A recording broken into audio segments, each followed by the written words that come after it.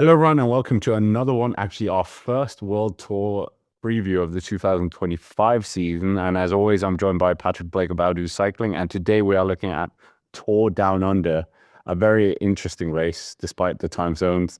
But Patrick, for me, it's I loved watching Richie Porte dominate up Wollonga Hill, Daryl Impey winning it seemingly every year. And yeah, last year we also had a surprise winner from Stephen Williams from Israel Premier Tech. I think that was actually their first World Tour stage race as well. But Tour Down Under, what does that mean to you? For me, I really think that this is the start of the season.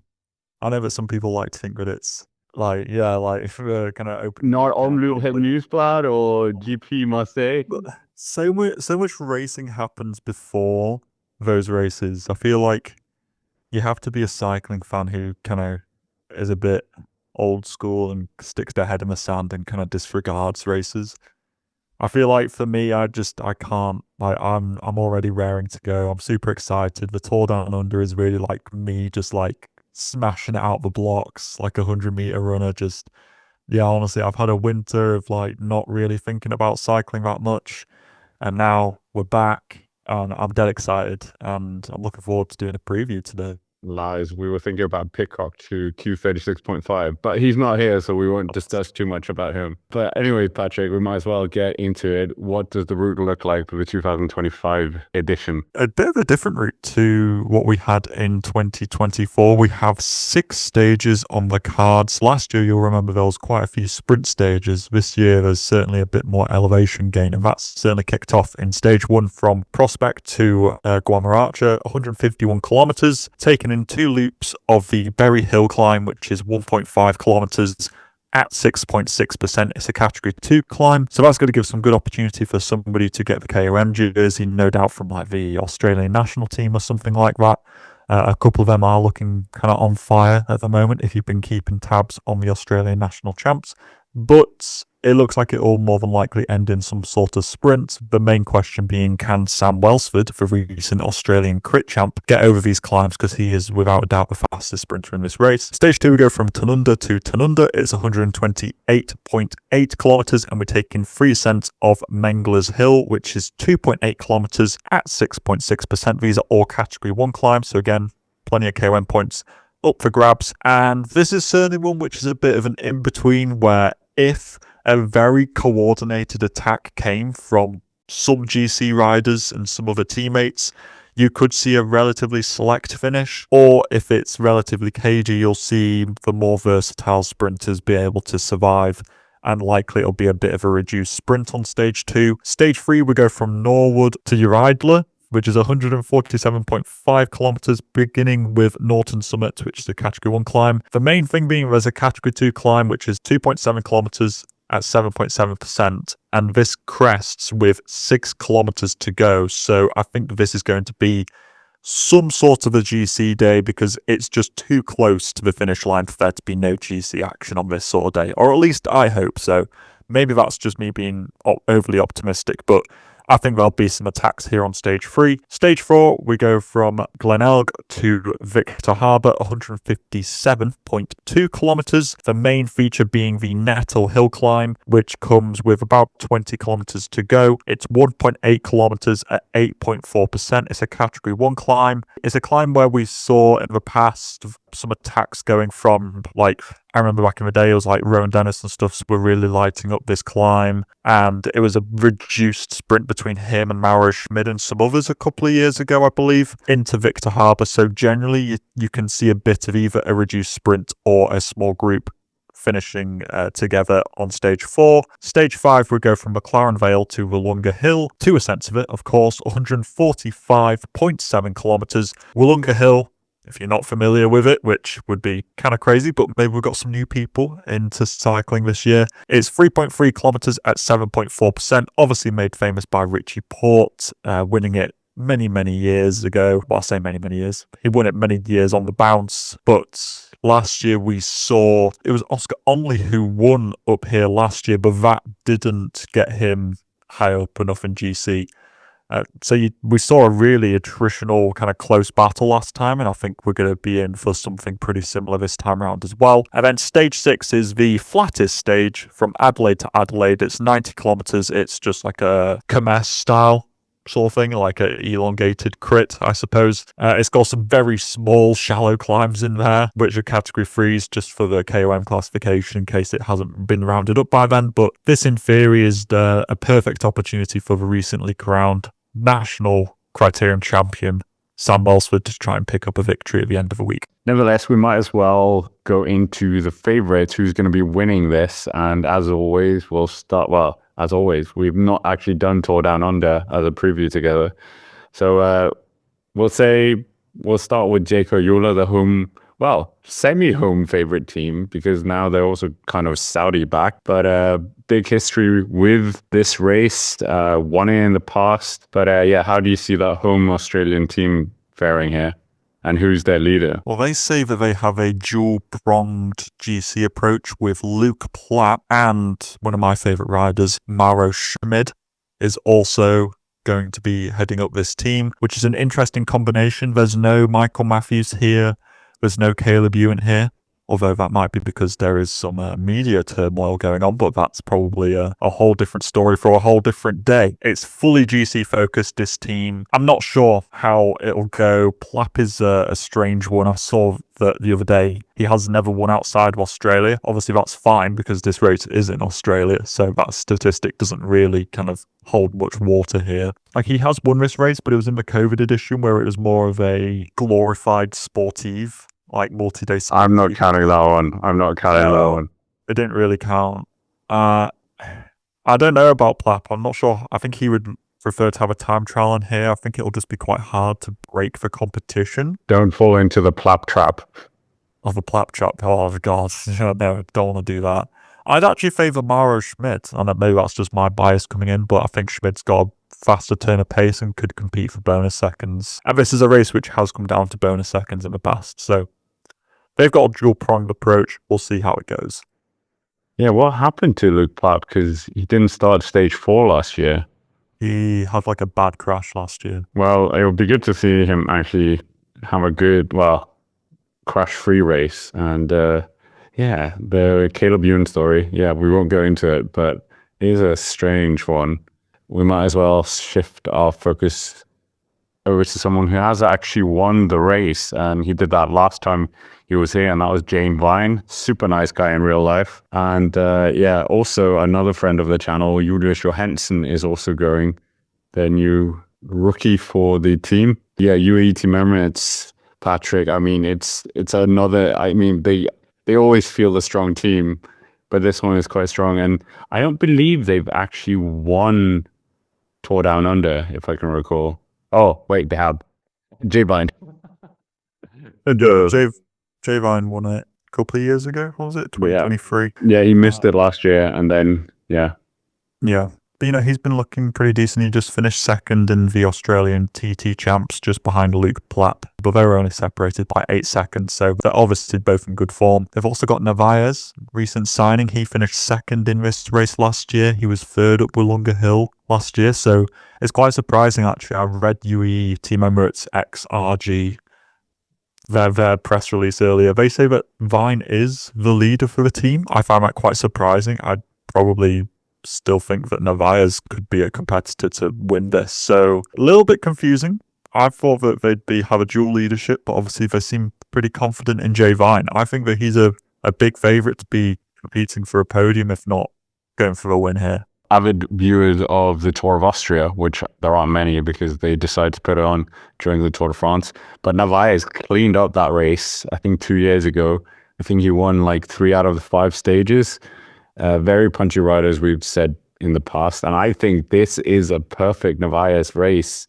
So yeah, maybe they're just smokes and mirrors. Like, Jay Vine doesn't seem like he could win Tour Down Under. That's no disrespect. When I think Jay Vine, I think big mountains. I don't think Wollonga Hill.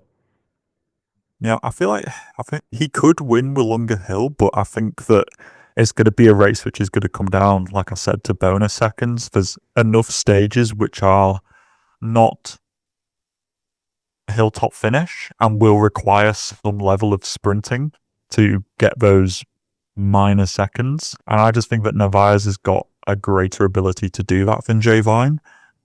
And I think that, yeah, Jay will just struggle to get those bonus seconds. Like, he might win Wollonga Hill, but that might not be enough, as Oscar Onley very well proved last year. And Rishi Port proved year on year. He did win it twice, I think. Yeah. You spoke about Oscar Onley. We might as well touch on that. Friend of the channel, Tobias Lund Andresen is also going there. So excited to see what he can do in the sprints. But Oscar Onley, man, you and Ewan have backed very heavily with good reason as well. Absolutely superb victory last year. And do you think he can build on that? I think, didn't he have some injury last year? Yeah, I think he did. I can't remember whereabouts it was in the season, but yeah, I think he did. But this is a guy who finished second at the Tour of Huangxi, which, you know, on the main GC day, he was only beaten just about by Lennart van Eetvelt. He's really a great puncher and fourth last year in GC, but like we said, he won that Wollonga Hill day. He actually lost 2 positions in GC, like he dropped off the podium on that last day up to Mount Lofty. So he would have been on the podium, and maybe that would put him in a bit more prestige, but he is certainly a guy who's going to be fighting for the podium here. And I think they've got a really strong team. You know, he's backed up by some really strong riders, Chris Hamilton, also Bjorn Court, who's local to me. Well, I'll say local to me. He's local to Leeds. Yeah, but I'm not actually in Leeds at the moment, but, you know, I'm still claiming it. He's been slogging it around the lanes of Yorkshire, and obviously Yorkshire roads aren't like Australian roads, and the weather's not like it at all either. So, but the point remains is that he's good. I think Oscar Onley's got a great chance of being on the podium here. I think for sure, but it would surprise me if he wasn't actually. I haven't seen many kangaroos in Yorkshire. No, neither have I, to be honest. We're still kind of focusing on the favourites here. I desperately want to talk about Red Bull Bora Hansgrohe with Sam Welsford, who absolutely cleaned up last year in the Tour Down Under and is Olympic champion after the team pursuit, but we're not touching on that right now. I mean, are you thinking Team Visma Leasebike could be fighting for the win? There is a Dylan Manbal in there. There's a Thomas Gloag. Is that a favourites team, or is that more in the outsiders category? That's more in the outsiders category. I think Thomas Gloag has got a good opportunity there. Last year, he had some injury which really wiped him out for the first half of the year, but then he won a stage of the Czech Tour ahead of like Ulissi and Hershey and some other big names. And then he had a decent Deutschland Tour. I remember him being very like a big animator of that race as well. And I think that Gloag, like, it's easy to forget that, remember like Volta Comunitat Valenciana in 2023, he was like really like punching above his weight there. And I think that people might have forgotten how good Thomas Gloag actually is. So I think that he's a name that you have to be keeping tabs on in this race. Done something really disrespectful. Haven't talked about the defending champion yet. Patrick, his year, well, the start of the year was absolutely phenomenal for Stephen Williams. Flesh alone, this race, and in Vuelta a Catalunya, he seemed to be the only one who could stay on Pogacar's wheel on the final stage in Barcelona. But Stephen Williams, another year, do you think he's going to just take it again? I think he could do, you know. They seem to be talking quite a big game. Like, they're putting a lot of emphasis on this race, Israel Premier Tech, to look like they want to try and defend this title. Stephen Williams is the obvious candidate for that, and backed up by some super great climbers in the shape of George Bennett, Nick Schultz, and Mike Woods. Simon Clark is just he's so experienced, he's worth his weight in gold. Corbin Strong for likely to kind of deny bonus seconds to some faster riders like Narvaez or Mauro Schmid will be super useful in there as well. It's a really focused team, and I think they've got sights to try and repeat what they did last year for sure. Yeah, I'm sorry, Stephen Williams. I completely forgot about your Tour of Britain victory as well. Heroic victory in Redcar, big up Redcar, Lemon Top and all that. But only people from Redcar and Teesside will understand that. I think, 28 years old. He's really in his prime now. These are like the golden years of his career. So I think he might just take another level, and Israel Premier Tech will have a huge confidence from what happened last year. The World Tour is within their grasp as well for next year. So is he the favorite out of all the guys we've looked at? I'd say so, yes, but marginally. I think that, you know how people on Twitter love to do like the 5-star, 4-star, 3-star ratings? Like, you know the ones I'm talking about. Everybody in the comment section knows exactly what I'm talking about. Stevie Williams is likely that person in that top bit, followed by like a Onley and Vine and like maybe Narvaez, and you might put Plapp or Schmid in there or something like that. I think that's where I kind of see it at the moment. But you said you wanted to talk about Red Bull Bora Hansgrohe earlier. You'd want to dip that in here before we go to the outsiders. Okay, we'll do a special Red Bull Bora Hansgrohe section just for you, Sam Welsford, because you're pretty epic. Yeah, I mean, Welsford is, like I said earlier, he is probably the fastest sprinter in the race. So they'll be looking at probably that first stage and the last stage, certainly for him. Maybe stage 2. Welsford's climbing hasn't been great over the years, but it's very possible that he might have got a bit better at climbing over winter. Like, who knows? So, you know, you can't just assume that because he was bad at climbing last year, but he's bad at climbing this year. So, you know, you might get a surprise wake-up call. But alongside him, they've also got Piffy, where, of course, if Welsford gets straight. Here we go. 5 minute. Yeah. 5-minute rant. Well, it's not even a rant, it's just like a glorification. Piffy will be there. Yeah, he had a great year last year. He can sprint as well. And then also Danny Van Poppel's here as well. Arguably one of the world's best lead-out men. So that's why Welsford's probably got sights on a couple of stages. And Finn Fisher-Black, I expect to be going for GC. He'd probably prefer a time trial in there, like Luke Plapp would. So I'm not sure how keen I am for Finn Fisher-Black to win this race, but I think that he will be their GC option. Anyway, we might as well talk about a few of the outsiders. Geraint Thomas, Tour de France winner. Geraint Thomas is going to this. Former top 10 finisher at the Tour Down Under. Hasn't been there for a while. He did it very consistently. But yeah, Geraint Thomas now, obviously, big fan of him, both of us. But Ineos Grenadiers, how do you see that going? Manos Sheffield in there, Ben Swift. We put them into the outsider category. Is that harsh, or do you think they're going to play any part in here? Just looking at Narvaez being like, why did you leave us? Why did you leave us? Yeah, I think there will be. Lucas Hamilton is in theory the number 1 on their team, so maybe they're going for him. I do look at the rest of the team. I'm like Kwiatkowski, Sheffield. Like Kwiatkowski back in the day would be a big favourite, but probably like is not the same like this year as he was like back in 2018 or whatever. Sheffield can climb well, but would probably prefer to have a TT in here to try and get a little bit of time. He won't be the fastest climber. Yeah, the rest of the squad, I mean, maybe you'll see Sam Watson sprinting. Maybe G will be up there for GC as well. It's just a bit of a strange team, I think, where I don't think they have a big GC favourite, and I don't think they have the fastest sprinters there. They're just going to be making the race hard, I think. That's what their squad's going to be really good at, is making those climbs really tough to try and play the race to their advantage. Yeah, we're kind of looking around. There's a number of interesting riders. Obviously, there's Damien Howson, but he's riding for their national team because Q36.5 aren't there. Gal Guevara, the Slovenian wonder kid who's went to Alps in the Koenig. XDS Astana team, do they take your fancy? Higita, Ida Schelling, Henrik Nolubran, Aaron Gates, Nicola Conci, and the national champion of Italy, Alberto Bettiol, who has taken a stage in the Tour Down Under recently as well. Yeah, Bettiol took a stage back in 2023 in that prologue, but then I remember when he raged on like a climb and he threw a bead on at somebody because he cramped or something like that. I don't know why that's like what I remember from it, but in theory, Astana need to be doing something. Like, this is crunch time, isn't it, at the moment? They need to add points. I think they fielded a strong squad. Like, they put in a lot of riders who I think could actually bump in the top 10. I don't think Bettiol would be that guy. Sorry, you watched it. I know you're a big fan of Bettiol, but I think Bettiol will be for the sprints, like try and make the climbs hard. They've got plenty of guys who climb well in this race who I think they'll go with instead for GC, or maybe just trying to get multiple people up there in GC instead. Like Higita, Henrik Mulbrand, yeah, Harold, Lopez. I mean, Aaron Gate possibly, but we're also not China, so you know, maybe not, because that's basically what he was brought in for. They need to be getting somebody in the top 10 ideally. But can we talk about my big outsider who I'm looking forward to? Is it EF Education YouTube post related? It is. Is it Chavez? No, it's not Chavez. It is Lucas Nerurke, who is going to, Here we go. he's going to no doubt like top 5 this race. Easy.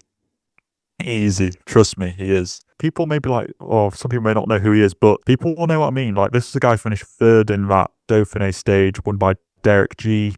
Then Gregoire. Evan Narvaez was 3rd. He was 3rd in the punchy stage of the first stage of the Tour de Pologne, won by Thibaut Nace. Like, this is a very Thibaut Nace sort of course. He came 4th in Eschborn, Frankfurt. Like, this is a guy who just is built for this sort of terrain. So, Narvaez, you need to be keeping tabs on in this race. He is going to do better than any of the Ineos Grenadiers riders. I can guarantee it. And there you go, Narvaez. I'm very high to almost, maybe it's just copium. Who knows? But I think he's going to do really well. I'm looking forward to seeing what he can do. Other teams, we have Natal Tasfacion making his debut as well. Remember, he was up there with Narvaez and Isaac Del Toro in the Tour Down Under Classic. Little Trek is a team that is quite interesting. Juan Pedro Lopez in there, Bauke Mollema. There was a new wonder kid from Denmark, Albert Philipsen, who's been a world champion, I think, in mountain bike, cyclocross, and of course on the road to Glasgow, he was a junior world champion. They've also got Andrea Bajoli in there, interesting rider, so they could potentially be mixing it in the front end, I think. Other than that, Francesco Bozzato, that you absolutely worship, he's there as well for Intermarché. Yeah, Acorn as well, making his debut for Soudal Quickstep. Yeah, is there anyone we've missed that you think that deserves a mention? Like, could be fighting for stages? Fighting for stages? Oh, well, the GC. Yeah. Anyone could be fighting for stages. Yeah, Decathlon are bringing nobody really for GC, but we've got like Paul Apello, the French champion. We've got Dorian Godon, who won 2 stages of the Tour de Romandie last year. They've also got Andrea van der Lam, who did well on that same Tour of Romandie. So they're really going all in on getting stages as well. But I do think, there's Bauhaus here as well, fast sprinter for that first stage, and that last stage he'll be Welsford's main competition. Cofidis bring Coquard, obviously, who got his first World Tour victory in this race 2 years ago, in that 2023 edition. So he's got good memories of this race as well, no doubt. And Groupama bring Matt Walls and Lewis Askey for a bit of sprinting as well. But I think that is about it. Well, we might as well come on to our favorite part of the show. And this is our top 3 of the GC. So, yeah, Patrick, do you want to go first? Who's your top 3 for the 2025 Tour Down Under? I'm going to go with 3rd place will be Oscar Onley. 2nd place will be Jay Vine. And Stephen Williams will make it back-to-back victories. Very similar podium to last year, no? Yeah, but I think when you look at the race, I think it's just be decided in a very similar manner. And actually, you got 3 of the top 4 from last year in this race this year. So I think it's just a race built for those sorts of riders. Okay, I'm just saying 3rd place, it will be Luke Plapp. 2nd place will be Albert Philipsen. And the winner will be Narvaez. Wow. Okay. It's this Rogue, but the thing is, Rogue. I can already hear the keyboards typing in the comment section. Come on, people at the comment section, come at us. Who's actually going to finish on the podium of this race? We want to hear it. Who do you think is going to take the most stages? Obviously, I'm biased here, so I'm going to see Tobias Lund Andresen, who recently got announced that he's going to the Tour de France. So if he really does get a real good momentum this year, who knows? Maybe they'll pick him instead of Fabio Jakobsen. I'm going to play it safe and go Welsford. Okay. I could go with the GC ride, but I just think Welsford's got he's just a bit safer, I think. No mention of Piffy? I think, because they've got a weird split thing where whether it's Welsford or Piffy on a certain day, I don't know. It's difficult to say. Have you got any other? Oh, also, I want to mention Fergus Browning. He's going to win the KOM jersey. Just throwing that out there. I don't know why. Well, okay, I'll say that will go to Alberto Bessio. Probably not. But anyways, with that, that's basically it for our first World Tour preview of the 2025 season. Make sure to hit the like button, subscribe to the channel if you haven't already. And yes, I need to cut my hair. Stop commenting, my mum. Of course, as always, Patrick has his own channel, Audio Cycling, so make sure to check that out. And we've got plenty of more stuff coming out, and let us know down below who you think is going to win. And check out the podcast on Spotify. But until next time, thank you for watching, and we will see you around.